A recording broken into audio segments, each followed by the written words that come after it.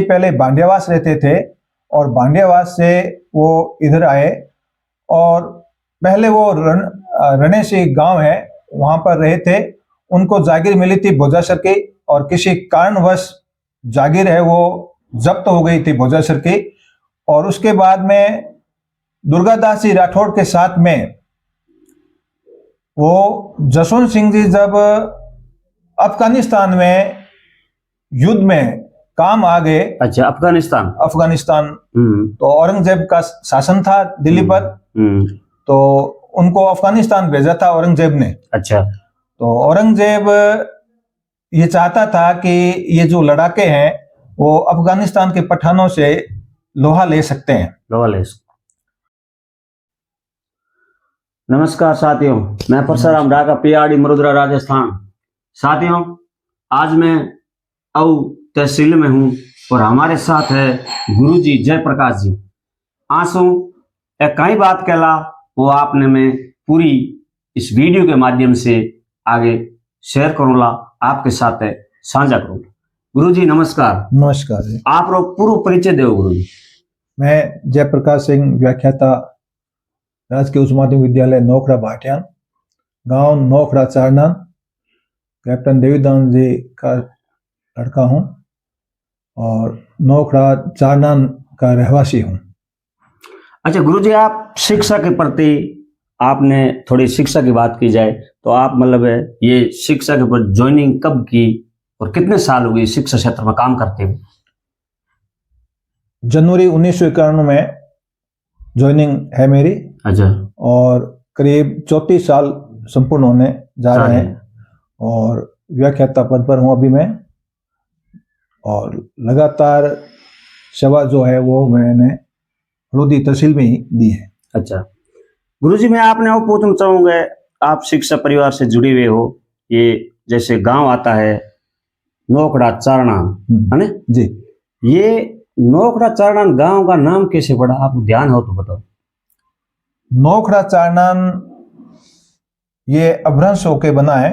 अच्छा। सबसे पहले इस गांव को जागीर में प्राप्त किया था धर्मदास जी ने, जो नाथूराम जी के सुपुत्र थे धर्मदास जी, तो उनको वहां भेजा था। उसमें रानी साहिबा भी साथ में थी और युद्ध में जब काम आ गए तो रानी साहिबा के आस थी उसमें।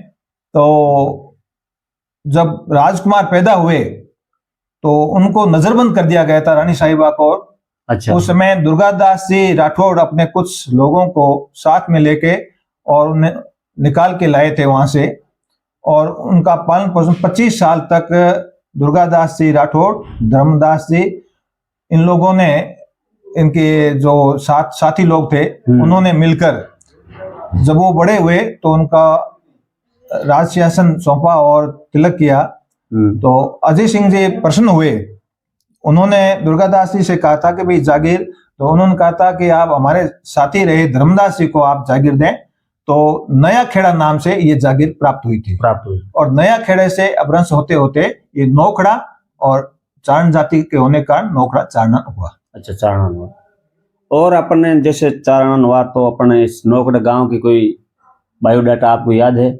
जी हाँ, 1765 विक्रम संवत में 1765 में जसवंत सिंह जी के जो सुपुत्र अजय सिंह जी थे उन्होंने ये जागीर दी थी। अच्छा। उनके शासनकाल में ये जागीर प्राप्त हुई और वो धर्मदास जी ही पहली बार नोखड़ा चारनान जागीर प्राप्त करके यहाँ आए और अपने साथ में सारण, भादू और एक मेघवाल जयपाल जो थे उनको लेके आए थे। उनको लेके आए थे और ये गांव बसाया।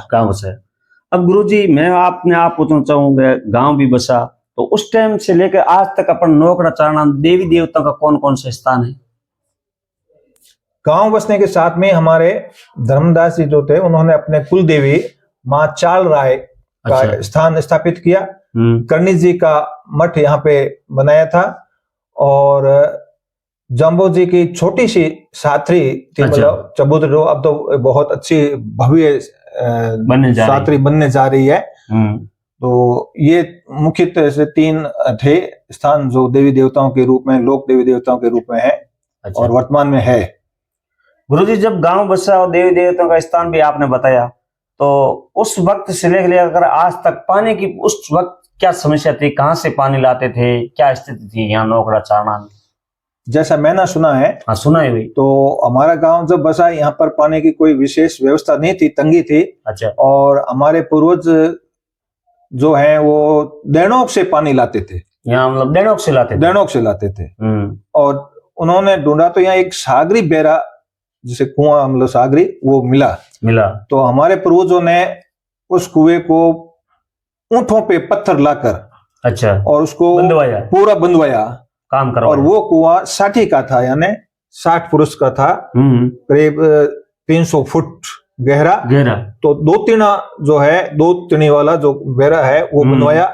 और उस बेरे बनवाने के बाद में हमारे जो पूर्वज थे, तो वो ये हमारा जो जागीर का गांव है वो चुनरी बंट है। अच्छा। तो चुनरी बंट होने के कारण किसी एक मतलब निजी तौर पे नहीं रहा है, ये सबका बंट बराबर रहा। तो इसलिए कुएं में भी उसी प्रकार से वो बंट रखा गया। और गांव के जो कृषक लोग थे उनको अपने अपने जो जागीरदार थे उनको अपना हिस्सा पानी का देते थे। और इस प्रकार से पानी की एक सुव्यवस्थित व्यवस्था थी।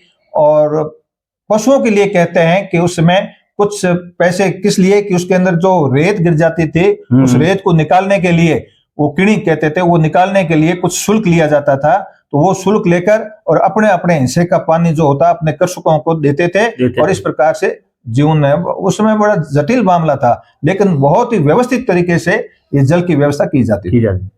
अब गुरुजी अपन बात करते हैं वर्तमान में या उस पुरानी टाइम में, मतलब कौन कौन सी यहाँ जातियां रहती है नोखड़ा चारणा में वर्तमान में नोखड़ा चारणा में मुख्य तौर से चारण गांव के जो पूर्व में जागीरदार थे वो हैं। और उसके बाद में जो सारण आए थे उनके हमारे गांव के अंदर करीब 300 घर हो गए हैं। अच्छा। और यहाँ से उठकर सांचौर जिले में जाकर भी बसे हैं। अच्छा।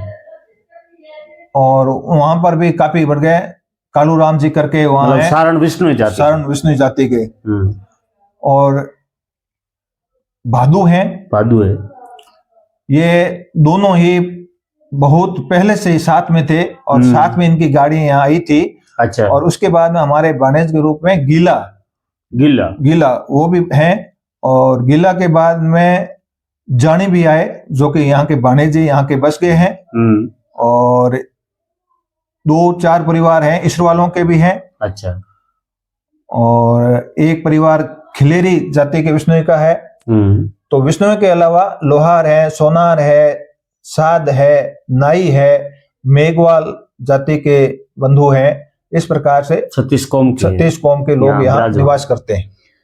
अब गुरुजी जैसे मैं बात की जाए, आपने जाति विशेष बताई कि आपके गांव में रहती है, जैसे आपसे ये सामंजस्य प्रेम भाव, मतलब होली दिवाली पर सब जातियों का मिलकर इस नोखड़ा गांव चारणा नोखड़ा है, इसका प्रेम भाव और सामंजस्य सब जातियों में कैसा लग रहा है आपको? बहुत ही शानदार ढंग से आपस में सौहार्द प्रेम की अनूठी मिसाल इस गांव में मिलती है आज तक।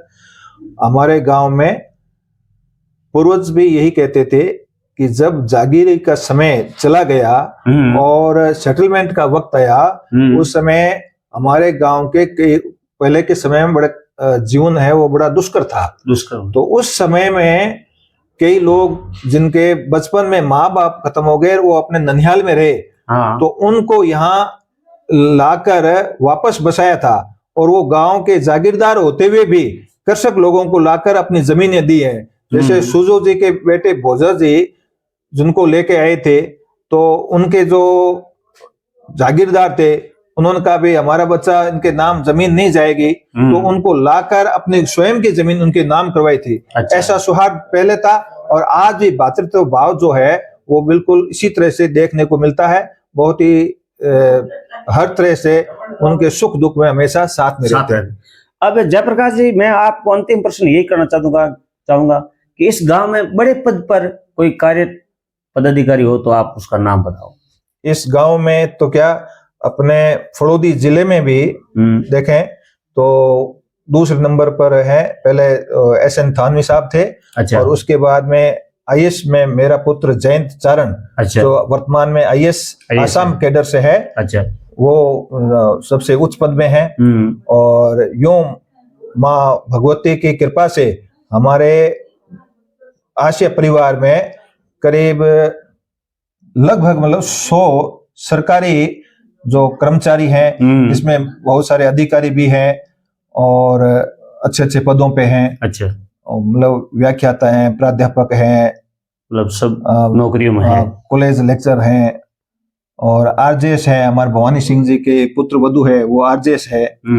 तो इस प्रकार से सभी पदों पर आसीन है।